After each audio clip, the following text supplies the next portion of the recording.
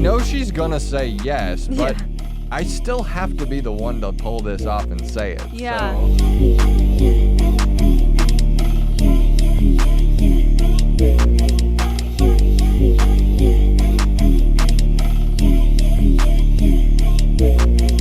Welcome to the All F's Given podcast. This is where we're going to talk about all things fresh, fiery, and I'm your host, Taylor. And I'm your host, Parker. And we wanted a podcast / community where young couples could come and be able to listen to our stories, relate, laugh, have fun with us, and also open up conversations for you in your relationship. Because the problems that you experience, well, guess what? Everyone experiences them too. And hopefully you get that once you listen to us. Yep, so get ready. Because it's happening. Right now. What is up, you guys? We back. Welcome back to our podcast. This is our third episode, and we are so stoked that you are tuning in today. Number 3, we've got a lot to go over in this podcast. Mm-hmm. Oh my gosh, we had quite a busy week this last week. Yeah, guys, life has really been the roller coaster ride the last few days, weeks, months. 2024. Exactly. One of the things that we've been trying to figure out is like, how do we find friends? Yeah. We've been looking, and here's the thing, guys. Like, we don't really jive with people our own age that well, just based on different moralities, different places of life, and most people our age are not really engaged. So, yeah, finding people in terms of people that we want to hang out with, it tends to be hit or miss most of the time. Yeah. And we've been missing a lot. Yeah, well, our age group is very hard to connect with because they're all, like, for the most part, in very different stages of life. Like, the stage of life that most 20-year-olds in my age are going through right now, I went through when I was 15, 16, you know, like my party era. So that's, like, way over with. And now we just hang out with old people. So. yeah, well, not old, but older compared to us old, but yeah. Yep, old to us and young to them we are. And one of the people that okay, there. and one of the people that we met was our friends Matt and Natalie. This is a couple that we met in OC. We actually, before we start that, there's quite a story to this. There's a backstory actually. to this. And you want to tell it? Yeah. So, okay. So I started seeing Matt and Natalie's Instagram content like long before we even met them. And I remember sending Parker all of like their posts and their reels because they're just such an on fire couple. It's so inspirational and they have such a beautiful family. They are connected to God and they put God first, and that shows even in all of their posts. So I would like send Parker their posts and be like, babe, like you need to DM the husband. Like I really want to get to know this couple, but they lived in Tennessee. They lived in Tennessee, but then at the same time, it was Tennessee? yes, it was Tennessee. Okay. And they basically, Taylor would show me a bunch of reels, and she's like, "You need to start posting me more. You need to start doing this. Look at this. Look what they're doing." And I'm like, "Okay, like sounds good. I know." And then I was like, "Well, they live somewhere else, so like it's not like we're gonna hang out or anything like that." Right. And then they happen to move here. Yeah, and literally like the first 2 or 3 days since they've moved here, Parker and I were walking down on this strip of strands, and I'm like, oh my gosh, like is that Matt and Natalie? I'm like, I think so. So we run over and we like introduce ourselves in person and we start talking. The clicks are made. We're like, oh, we jive with this energy. They're so warm and welcoming and inviting. And then they invited us over for dinner. And that was when we finally got the chance to actually go out on a double date. So yes, winning. Let's go. Winning. It was so much fun. It was so much fun. Yeah. We got there at like, I think it was like 4:30 or 5 o'clock, something like that. We ended up staying till like 10 p.m. at night, and we were talking about everything. God, we were talking about relationships. We were talking about the hardships they've been through and where they've come from, and just shared about us and like where our journey's been and how we've come from being friends all the way to fiance now, and just the stuff that we're doing with this stuff, like the podcast itself. And so we had this conversation on conversation on conversation, had great dinner there. Yeah. And it was just nice, like, it was just nice being able to connect with people that, like, actually had similar values, similar things, because I feel like you and I are a little bit older. Yeah. Well, there's givers and then there's takers. And so many people in our age group are takers. Like, yeah, I leave from hanging out with people in our age group and I'm just like, oh, like, I'm drained. My emotional battery like is exhausting. I honestly feel like I wasted the last however many hours spending with most people in our age group. Yeah. But leaving from Matt and Natalie's, like Parker and I's souls were just like on fire, and we felt so good and excited and refreshed. And honestly, it is so inspirational to me. And this is what we talked about after hanging out with them. Yeah. It's so inspirational seeing what it looks like actually being a family that puts God first in everything and leading a household with divine downloads from God and just like so much love. It's very different.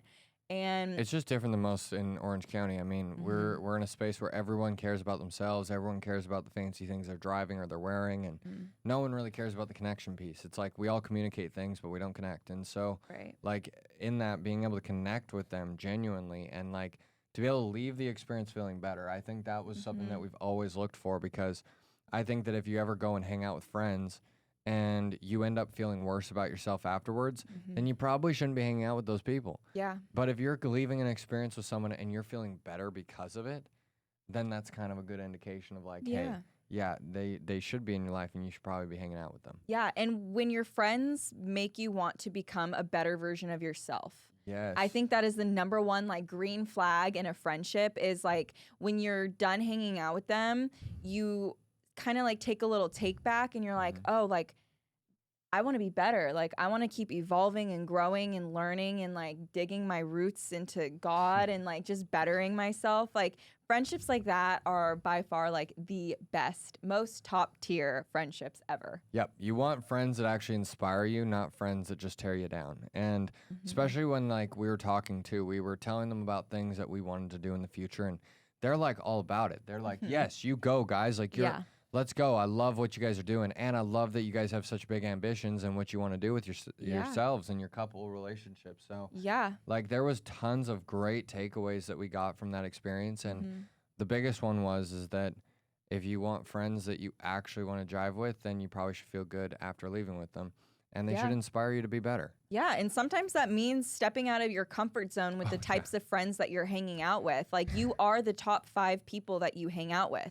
So really assessing and analyzing the people that you hang out with and their habits is so beneficial, because if you're hanging out with a group of people where all they're doing is like in the hookup culture, partying, drinking, smoking weed all the time, like, that's what you become. Yeah. You become exactly like what you hang around. And it's not the most comfortable thing going into a house where they have kids and we're here to connect with the parents. Right. And like, it's different. It's just different. And then this couple too, by the way, like Matt and Natalie are both fit as fuck. Oh yeah. Like Natalie is fit as shit. Yeah. And Matt's fit as shit. And they're both on like a really, really high regimen for training. Yeah. And they eat proper. They also pour into their kids as much as they possibly can. I've never seen parents do better. And at the same time, like they always have a family unit. And like you can always tell the families that are like a unit. Yeah. And then the families that are broken on the inside. Yeah, for you sure. know what I mean? Like there's only so much you can fake. And when we're there, we got invited into their home. Like that's not something that's like, oh, meet at a restaurant. No, we got like invited into their house. So now we get to see them. Right after they moved too. Yeah. That was so sweet. Yeah. Uh-huh. And we got to see them just like in their flow. Like what does their family actually operate like? It's easy to hide things when you go to a restaurant or something like that. But when you're coming home, I mean, the boys got in a fight. And how do they handle that? Yeah. Like, and it's like, okay, dad's going to go take care of it, and brings the one little boy down and sits him down and goes, you can stare at the fire for a bit. I was like, that's genius. It's just awesome. It's just very, very graceful, very, very structured, and just showed us a lot of what we want to create in the first place. I was going to say, it's so nice having friends that actually inspire you to continue embodying grace and embody love and embody God's love, honestly. And it's the only way to have it. Well, and like, I think too, just like, not only was it fun being able to hang out with them, but tell them about our future plans. Tell them about what we were doing in the future. And one of the things that I was telling them was about a trip that I was going on, literally last weekend. Yeah. And it was just a trip to go on a cruise with some friends that I hadn't seen in a long, long time. And in that, guys, it was chaos. Absolute fucking chaos. Well, the process of getting there was chaos, and then the process of getting home was chaos. But how was the cruise? The cruise was great. Yeah, the cruise was great. Okay, like I had fun. I'm not gonna lie. Like it was great time, except for getting there was a fucking task. It was so oh my bad, gosh. you guys. Like the traffic to LAX, you know, it said an hour and 30, which it's like, okay, cool. We'll plan ahead. We'll leave at 2. I have work at 5 p.m. So it's like, all right, we'll leave at 2, get there at 3:30, and then you have an hour and a half to get back. And if you're 5 minutes late for work, you're 5 minutes late. Like, exactly. So all is good. Wrong. Very wrong. So wrong. We're like halfway through the drive to LAX, and then it's just a stop, a complete stop on the freeway. There was 6 car crashes on the freeway, horrible. and one went over the divider, or the median. The median. I still don't know if that's the right word. I think that's what it's called. So if that is what it's called, just like comment that below so we know. That'd be nice. Thanks. I just called the divider. I guess we could probably search it up after this, but whatever. Who cares? Yeah. I'm like, yeah, Safari. We can search everything nowadays. But anyways, the horrible traffic. Horrible traffic, and we were literally an hour and a half into our trip, and Taylor's like, I'm not gonna make it to work, and I'm like, oh my gosh, like what should we do? Should you just drop me off on like the side of the road and I'll just take an Uber? Like, screw it. Like, I thought that was such a dumb idea. I'm like, babe, I'm not dropping you off on the side of the freaking road. I was just like, whatever. It's gonna get her on time for work, and that was a priority at the time. And I was. But it honestly, it wouldn't get me to work on time because the side of the freeway that's going north completely backed. Like the side we were on, we were at a complete stop for like 10 minutes, which doesn't sound like a long time, but when you're on a freeway supposed to be going 70 and you're going 0, it's a problem. It affects that. You look on the other side though. Same exact thing, but worse. Oh, way worse, because they had to shut down the highway. So they shut it down. We ended up having to basically go on a big venture. It took us like 3 hours to get to the airport. Yeah. And then literally you got home, I think, as I was taking off on my flight. I got home was at like 7. 3 hours later from there, too. So, yeah, you didn't have a good experience. You were in the I car went for on like a 6 hours. 6-hour road trip to LAX. Yep, just to the airport and back. So I could have gone to Joshua Tree and back in that time. And it didn't even stop there, though. That's the thing. Then I get to the airport, and I get told, like, whatever. I to this day, I'm still blaming the other guy. It wasn't me. But, like, I get to a place where they're like, oh, you need to shuttle over to the other gate. But it looks like a gate itself. So I was like, oh, okay, cool. So he's like, hey, bro, just go sit down. You're fine. Like, this is like 40 minutes before my flight. So then I come back, and this is 25 minutes before my flight's to take off. You know how they close the boarding 15 minutes before? Yeah. So I'm like, hey, I still got time. Like, this is chilling. I'm like, I'm fine. And then he's like, bro, you missed your flight. I'm like, what the fuck are you talking about? It's in 20 minutes from now. And he's like, you have to shuttle over there. So I completely missed my flight. And I'm like, he calls me and he's like, babe, I missed my flight, so I'm gonna go figure out how to like take care of this problem really quick. Yeah, because I'm not trying to text my friend that paid for the cruise and invited me to go, paid expenses, telling him that I'm no longer coming because I missed my flight. Like, what an idiot. And I just got home and I'm like, oh Lord, please, God, I cannot make another road trip to LAX. I cannot do it. So get him out on this cruise, please. And I'm sitting there just praying, like, God, please just put me on a flight, please. Yeah. And they're like 3 hours ahead. So we had to dock the boat at 4. And so there was like no flights that were really going to get me there, except for there was this one flight that was going to get me there on time. And here's the other problem. I had checked my bag. So my bag was already on the way to Miami and I didn't have it. So I was like, great, another problem. And it happened to turn out that I got on a last-minute flight. There was 5 minutes left of boarding. They said they had one extra ticket, and they gave it to me because I was first on standby. And I actually got to Miami on a nonstop, not connecting, 30 minutes before my bag got to Miami. So it ended up working out, but fuck, that was a shit show. It was crazy. I was like, what the heck? And it doesn't it doesn't stop there. No, it doesn't stop there either. And I was like, more trains, planes, and automobiles. If you haven't seen that movie, definitely give it a watch. Yep. That was literally what Parker was the entire it was bad. Travel experience. I was like, okay, like this is the one thing that could go wrong. Now I'm good. Now I'm chilling. Like we're fine. And nope, I was wrong. I had a connecting flight on the way back and I flew to Denver. And then next thing you know, I'm calling Taylor. I'm like, hey babe, like I'm one flight away. I'm going to be on the flight here in about 30 minutes and then I'll be at home. Like I was like emotionally tired and like just emotional because I'd been in the airport since 9 a.m. and it was like Mhm. I was getting on another flight at like 6 p.m. to get back to you. Mhm. And next thing you know, I go up to the I go up to the gate and they're like, "Oh, the flight's been canceled." I'm like, "Are you fucking kidding me?" Like I just was talking to you. Yeah, we were just talking Like, about how excited we were for you to yeah. come home and to sleep together Yeah, and and like finally be together watch again. a show. Like we were so ecstatic. And then I get a phone call that his flight got canceled. Oh my gosh. I was on the guys. brink of tears. I was Parker too. was on the brink of tears. That was terrible. And it's like, what am I supposed to? It's really hard and kind of frustrating when your partner is going through like craziness, like what Parker was experiencing at the airport, but I'm not there. I'm on the phone. So I'm like, do I try cracking jokes and like lightening up the situation? Do I help him problem solve? Do I just comfort him and be like a soundboard for him to like let his frustration out? Like, what can I do to help Parker as much as possible? Because he's about to cry in the airport. Oh yeah, I was tearing up on the And call. I was I just like, felt "Babe, so I'm so bad. tired. I Like I know. just want to get home." And Yeah. then like next thing you know, I had to leave the airport, meaning go to the front desk, and there's like 120 people, dude. Like literally sitting in the Frontier line, which by the way, don't book Frontier. Cheap flights equal cheap problems. And don't do it. Like I learned my lesson with that. And everyone's trying to get refunds. And I'm like, I don't give a shit. I just want to be on a flight home because I told Taylor I was going to be home and I need to be home. Mm-hmm. And I had calls all day the next day. So next thing you know, I end up leaving the Frontier front desk and going to American Airlines. And I'm finding a flight that I was at that point, guys, like I was so emotionally drained. I didn't give a shit what the price of the flight was. I was like, I don't care. Just get me home. Like, fuck Yeah. it. So he's like, Yeah. hey, it's going to be $500 to go one way from Denver to LAX. And Mm-hmm. there's a flight at 9:55. You'll arrive at midnight. I was like, done, sold, paid for it. Literally ran across the airport and then boarded my flight and called you right before and said, Yeah. no, babe, I'm on my way. Yep. We're good. Yep. But then I'm sitting there and I'm like freaking out too because I'm like, things are just not rolling my way when it comes to travel. Yeah. And they had switched the gate on me too. So I thought this flight that I just paid $500 for was going to get canceled too. And I was like, oh God, like if you're here, can you just help me get home, please? Like Yeah.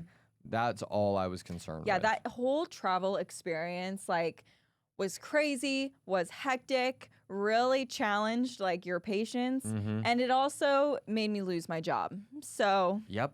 So I was unemployed while Parker was gone on his cruise, and that was Yep. so hard. Honestly, like welcome I to went the title of this podcast. Yeah, it was fucked. I went through while Parker was gone. Usually we're able to stay in I'm able to stay in a good flow when Parker leaves. Yeah. When I'm at home, like I can fall back on fitness and hanging out with family and all these things, but I've just been like stuck in this place recently of feeling so stuck and behind with wealth, with finances, with my job. Like I just feel like there's so much that I have to offer and I'm not acting on any of it. And that actually reminds me. So I was listening to a podcast. Yeah. I've been really into podcasts lately, and there's this quote that I really love, and the quote is that money likes speed, wealth likes time, and poverty likes indecision. Oh. Yeah, it was really good. I like that. Yeah. And That's I've just good. been I've been so indecisive with what to do with my time and what jobs to pursue and should I start a business? Should I not? Okay, if I were to start a business, what would I want to do? Basically, I was like, okay, enough of the bullshit. I know what I want. I know what I'm capable of doing. I'm just going to start doing it. And I tend to find that the thing that holds me back is my need for perfection. I'm such a perfectionist. She's a perfection freak. If it's not perfect, she just doesn't want to do it. If it's not the perfect aesthetic, I don't want to post it. If I'm saying a little bit of the wrong thing, I don't want to post it. Do you know how many videos and photos have been deleted in the last 3 years of me being with this woman? Yeah, so many. Enough to fill a whole storage on a 214 gigabyte phone. Yeah, I'm a perfectionist. So I would allow my perfectionist ways to hold me back from just doing the work and starting. Like, that terminology where it's like the first time you do anything, it's going to be bad. Yep. But once it's your 100th time, you'll be so much better. Yep. I would not allow my ego to step to the side to allow myself to just do and be bad and start. Just do something and allow yourself the room to be bad at it so that you can actually get better. Because if you don't start, then you're not going to have anything to like grow from. And it was a lot of growing through all this stress. So being in the airport and then Taylor having this experience while I was gone, which I had no idea because we weren't really in huge communication all the time because just signals and stuff being on a cruise are not the best. And so then like after all of this chaos that we had and like you figuring yourself out, me going through the stress of travel, like I remember getting back from the airport and like I arrive in LAX and I'm waiting for Taylor and then I see her pull around and she comes out and I just was like, I just need a hug. Like I just need to like feel you. I need to be with you. Like please just like give me a hug and relax. It makes me tear up like every time we talk about it because it was so hard with you being gone. Usually I'm like Miss Independent. I can be okay with you being gone. But on this trip, it was just like, like I really realized how much comfort I take in your presence and just how much you calm me and my soul down and how at home I feel when you're with me. And then when you're gone, I just feel so like just heartbreak. Like, oh my gosh, what is going on? Why am I so anxious? I'm just so anxious all the time.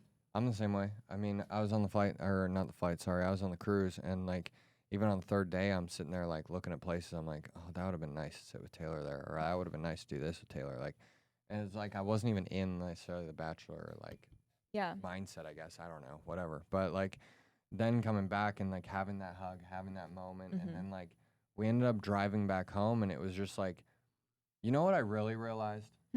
I realized how comfortable I had gotten in our relationship because there was conversations that we were having that we hadn't had in like what I felt like weeks. Yeah. And like there was just a level of appreciation where like there's nothing that you can do wrong right now. Like there's nothing, like I love you, I miss you, I accept you. Like there's nothing you can do that's gonna like make me upset at you. And like taking that from that and then going home and being able to just like honestly, yeah, guys, just being able to have sex and actually feel her and like be with her and actually like then from that be able to like watch a movie at night and just like relax. Yes, by the way, if anyone's doing the math on this, we're looking at like 3 a.m, but I didn't give a shit because I was like, I haven't had time with her. So we're prioritizing this. And babe, you can go ahead and sleep in. I'll wake up after 4 hours of sleep and I'll get my calls done. So like, but it caused sacrifice to make it happen. But then it was just seeing that like the lack of appreciation in your relationship can dramatically affect the way that you see not only your relationship, but it affects everything in the experiences you have together. 100%. When you're in a frequency, like when your mentality is in such a low frequency and you don't have gratitude or appreciation, then everything just feels so dulled out. But the thing that I really genuinely appreciate and see as such a blessing and such a gift is our sex. Because the level and the depth of connection and like just feeling your soul and feeling a level of love and just I just feel so seen and it's like two souls hugging each other. It's like two souls hugging each other. Our sex is like two souls hugging each other. Exactly. I like it. With much more. And but yeah, like seriously, like just and then being able to have that time and just knowing that like what's my goal in our relationship? My goal in our relationship is to never lose appreciation. Because if I can maintain appreciation for everything Taylor is, not what Taylor does, but what she is, and how that affects my life, then at that point, I can now stay in this love pocket. I can stay in this, like, we're a team. Whereas I feel like once you lose that, it just turns into, like, you versus me. And we even talked about that on a previous podcast, you versus me. So, like, to go from that place and then just taking the lessons from being gone and dealing with stress and chaos, I mean, I could have dealt with all of that if you were with me. And it would have been okay. I would have been fine. I would have been like, whatever. Okay, we're sleeping in the airport tonight. Like, sorry, babe. Like, whatever. But because you weren't there, it was like I was willing to pay any cost to come see you. Right. So I think at that point, it really just showed me that, like, not only do you have to make sacrifices to make the appreciation time and have that appreciation for your relationship, but two, to be able to really make that as a full front focus. Like, my only goal at that night was I want to connect with Taylor, and I want to feel the love that we have in our relationship, regardless of sex. And in that, like, we had an amazing, amazing night. Yeah, it was so much fun. And it was like reconnect. It felt like I was gone for like 4 weeks. Yeah. But in reality, I was gone for 3 days. Yeah. Like, and some people are going to be like, oh, that's codependency. And I'm I like, was going to tap into that. Like, there's a lot of like people saying stuff like, oh, it's not like you're my other half. I'm full by myself and you just add to my life. Or all the talks on codependency. I think that codependency only happens when you're not sure of who you are and what you want. It's your responsibility to take care of yourself. It's your responsibility to ensure that you are progressing the way that you want to see your life progress. But it's not codependency when you always want to be with your person. It's not wrong to sit here and say, like, Parker is my other half and he makes me a better version of myself, so I always want to be around him. And we have such a healthy, love-filled, joy-filled dynamic. Why would I want to have more time by myself when I can spend all of my time with you?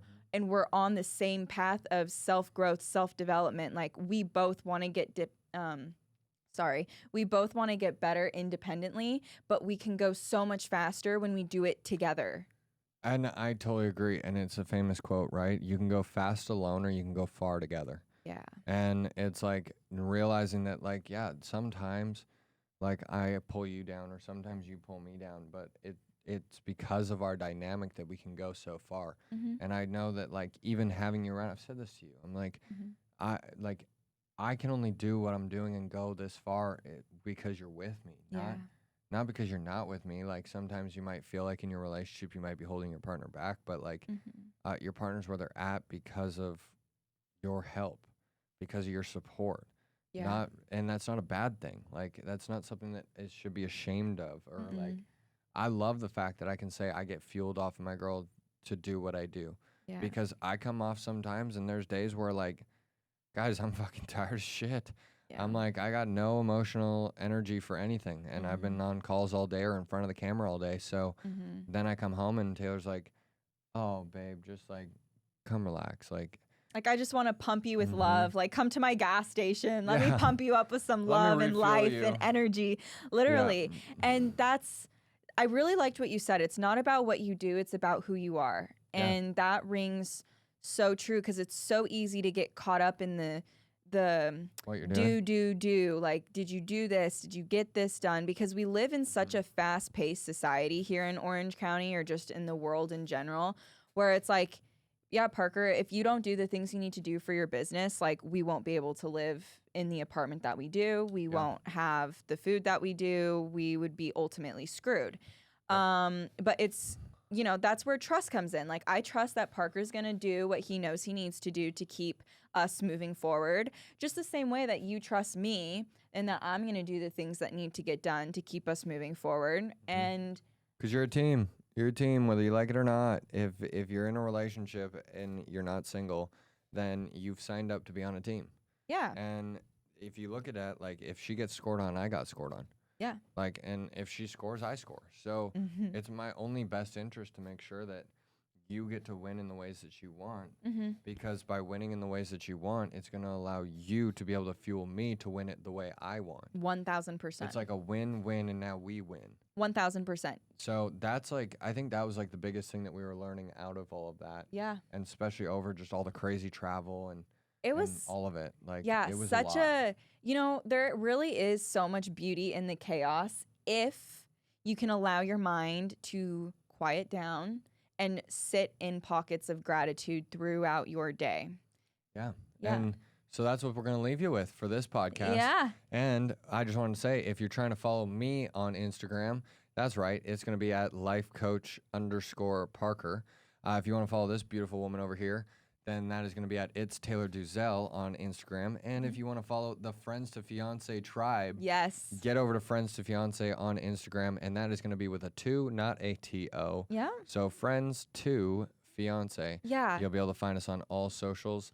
And guys, please reach out if you want us to talk about anything. I just want to pop that in there. If there's anything you want to hear us talk about, just drop it in the comments below or DM us on Instagram. We'd love to hear from you guys. We just want to keep growing the community. So please come aboard. And thank you all so much for listening to our 3rd episode of Friends to Fiance, All F's Given podcast.